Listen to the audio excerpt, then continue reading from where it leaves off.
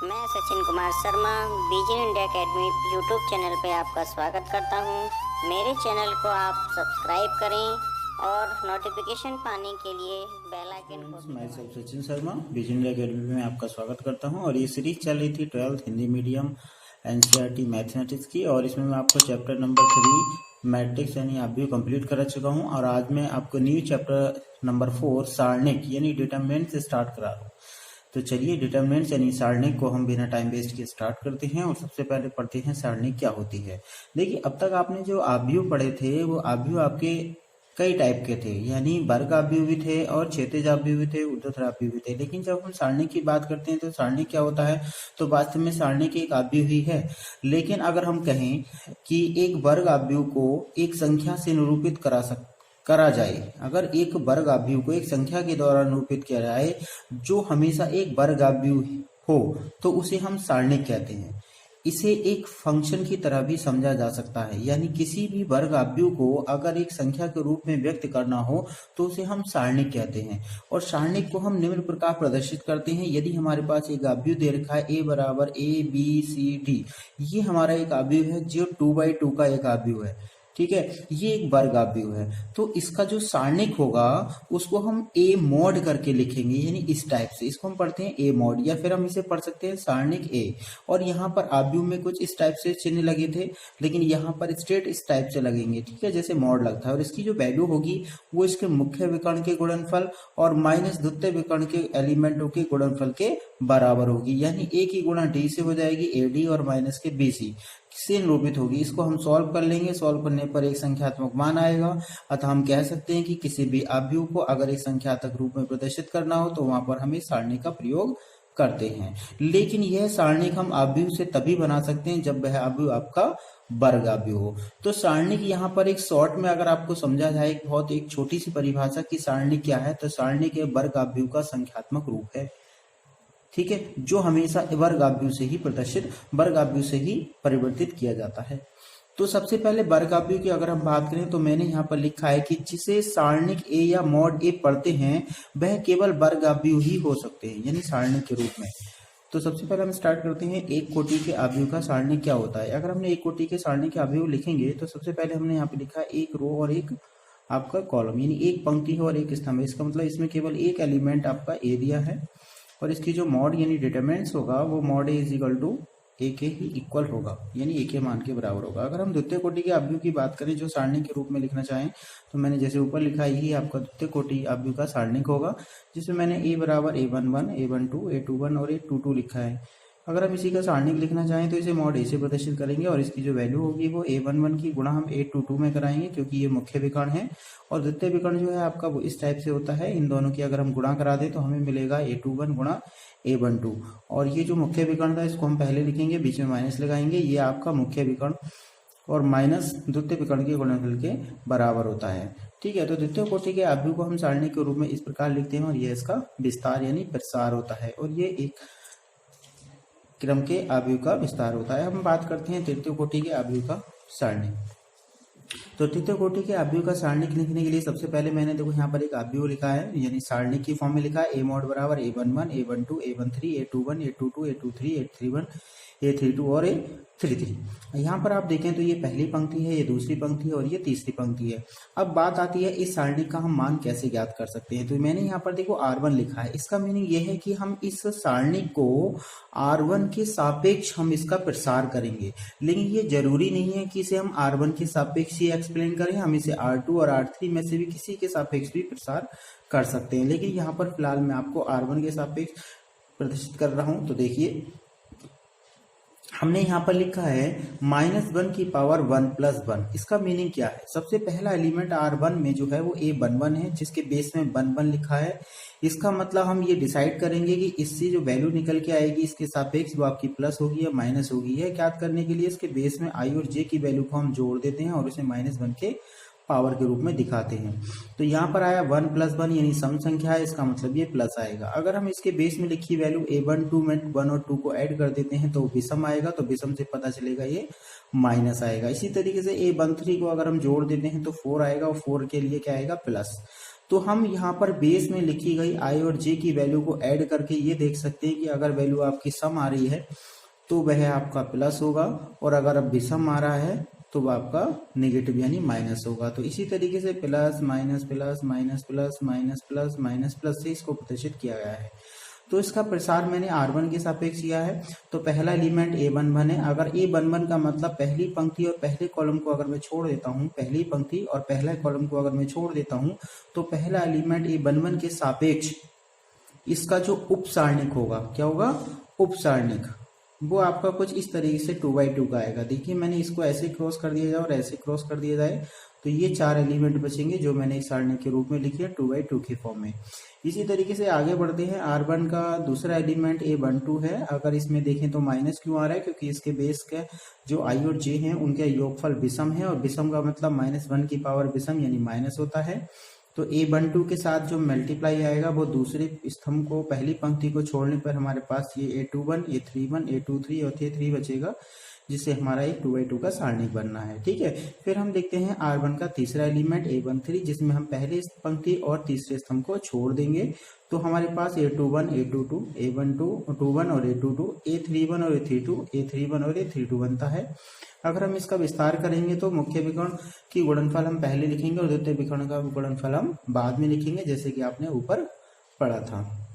तो देखिए A11 के साथ में हमने मल्टीप्लाई की है, तो मुख्य विकर्ण A22 की A33 में मल्टीप्लाई हुई है और माइनस द्वितीय विकर्ण का गुणनफल, ब्रैकेट क्लोज, माइनस A12, क्योंकि इसके आगे -1 के ऊपर विषम पावर बनी है इसलिए माइनस आएगा, तो plus minus plus alternative form चलती है। अब हम इसका विस्तार करेंगे तो मुख्य विकर्ण का गुणनफल माइनस द्वितीय विकर्ण का गुणनफल। इसी तरीके से यहाँ पर आप देखें तो मुख्य विकर्ण का गुणनफल माइनस द्वितीय विकर्ण का गुणनफल मैंने माइनस लगा के लिखा है। ये आपका तृतीय कोटि के अवयव का सारणिक होता है और ये इसका प्रसार होता है। यानी अगर आपसे कह दिया जाए कि किसी सारणी का प्रसार कीजिए या फिर इसका मान ज्ञात कीजिए, ठीक है, तो हम इसी तरीके से इस सारणी का मान एक संख्यात्मक रूप में सॉल्व करके ज्ञात कर सकते हैं।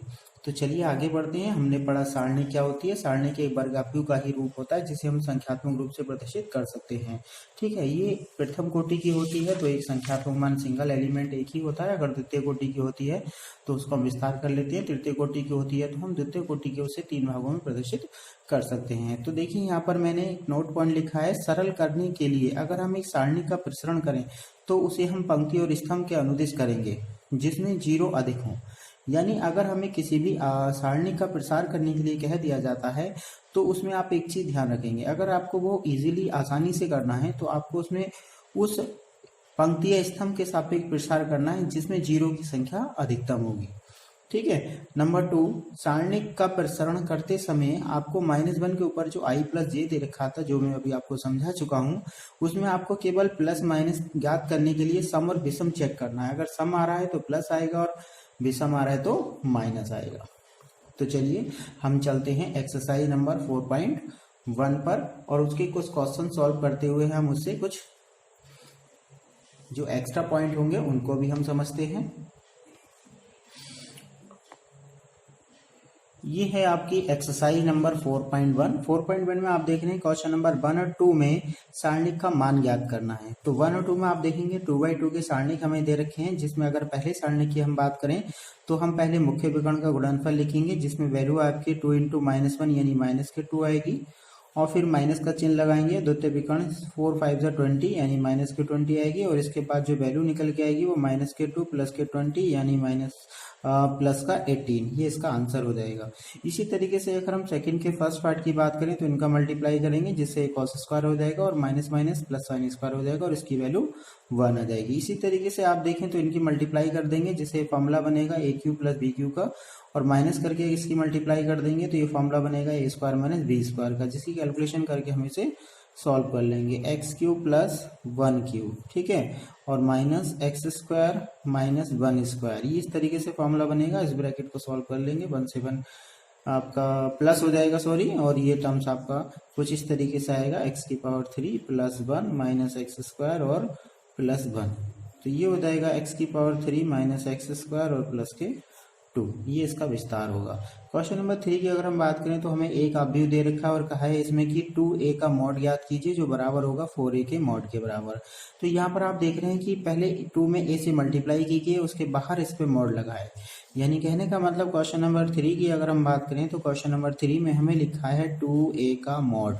इसका मतलब पहले हम 2 में a से मल्टीप्लाई कराएंगे तो a हमारे पास सारणिक यानी अवयव दे रखा है और वो है आपका 1 2 4 3।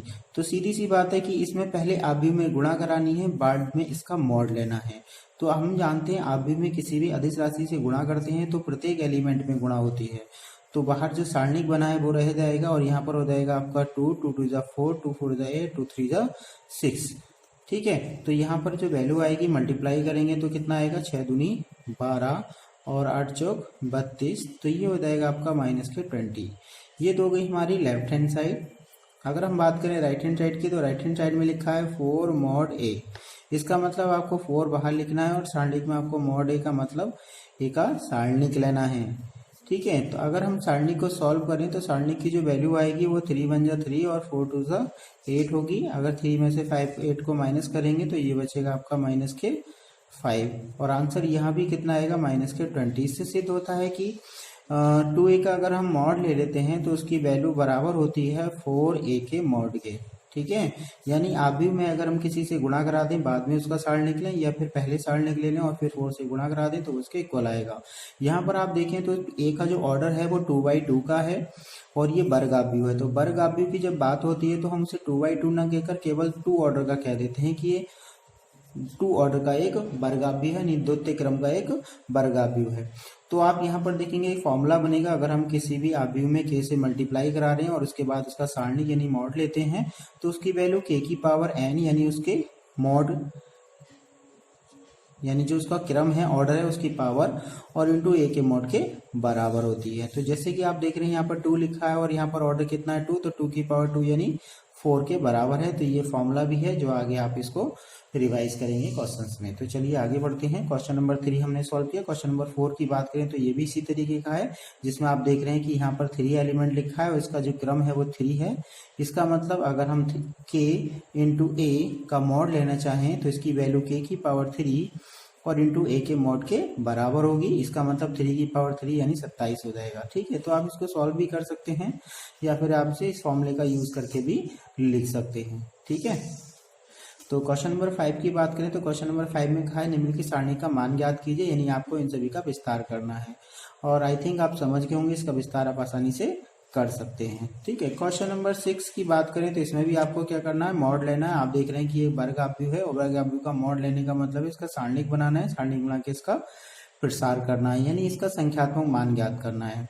क्वेश्चन नंबर 7 की अगर हम बात करें तो हमें 2 सारणी की बराबर दे रखे हैं। इसका मतलब दोनों का दोनों तरफ हम क्या करेंगे, विस्तार कर देंगे। यहाँ पर हम अवयव की तरह सॉल्व नहीं करेंगे कि हम संगत एलिमेंट को बराबर रख लेंगे, नहीं, क्योंकि सारणिक में क्या होता है कुछ ऑपरेशन अप्लाई करके हम इनकी पंक्ति और स्तंभ में कुछ न कुछ परिवर्तन कर देते हैं जिससे देखने में ये अलग लगते हैं लेकिन इनका जो संख्यात्मक मान होता है वो आपस में समान होता है। तो आप देख रहे हैं पहले वाले सारणी का जो मान होगा वो आपका 2 - के 20 होगा और बराबर इसकी मल्टीप्लाई अगर हम कर लेते हैं तो ये आपका 2x² - के 4 6 24 होगा। अगर मैं 24 को इधर माइनस में मूव कर देता हूँ और उससे पहले इसे सॉल्व कर लेता हूँ तो ये बचेगा आपका -के 18 = 2x² और ये 24 आके इधर प्लस हो जाएगा, यहाँ से रिमेनिंग बचेगा 6, ये हो जाएगा 2x² और 2 को अगर मैं इसे डिवाइड करता हूँ तो ये मिलेगा हमें 3 और 3 का स्क्वायर रूट अगर मैं सॉल्व करूँ तो 3 का स्क्वायर रूट हो जाएगा आपका इस टाइप से और x की वैल्यू आ जाएगी ± के √3। इसी तरीके से आप इसको सॉल्व कर लेंगे सेकंड पार्ट को। ठीक है,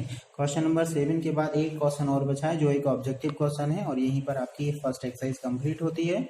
आई थिंक आपको समझ में आ गया होगा। अगर अभी आपको कोई प्रॉब्लम होती है तो आप कमेंट्स करके पूछ सकते हैं या फिर मेरे व्हाट्सएप ग्रुप 9627645733 पर भी शेयर करके पूछ सकते हैं।